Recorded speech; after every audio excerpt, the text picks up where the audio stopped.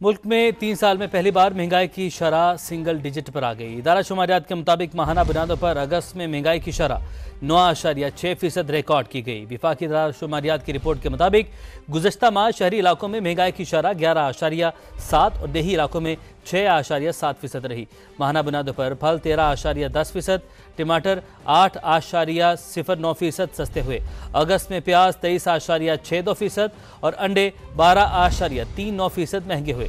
ताज़ा सब्जियों की कीमत में 12.25% इजाफा हुआ। दाल, चना, दूध और अद्वियात की कीमतों में भी इजाफा रिकॉर्ड किया गया। इसी पर मजीद बात करने के लिए हमें ज्वाइन किया माहिर मुआशियात खकान नजीब साहब ने। खकान साहब, आपको बहुत शुक्रिया। खकान साहब, महंगाई सिंगल डिजिट पर आने की मईशत और आम आदमी की जिंदगी पर क्या असरात होंगे? पाकिस्तान में जो कीमतों के बढ़ने की शरह है वो 3 साल बाद इस वक्त सिंगल डिजिट में आ गई है।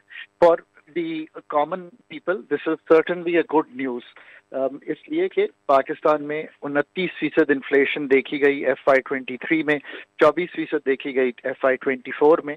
तो लोगों के लिए एक साइ ऑफ रिलीफ है। बट याद रखिए कि इसकी जो मेन वजूहात हैं उसमें एक मैक्रो स्टेबिलिटी, जिससे आपका रुपया स्टेबल हुआ, सो इम्पोर्टेड इन्फ्लेशन टूटी, पेट्रोलियम प्रोडक्ट्स की कीमतें दुनिया भर में कम हुई, जो फूड प्राइसेस का इजरा हुआ फ्लड्स के बाद जो हाइट अटेन हुई उनमें कमी हुई, क्रॉप्स बेहतर हुई पाकिस्तान में।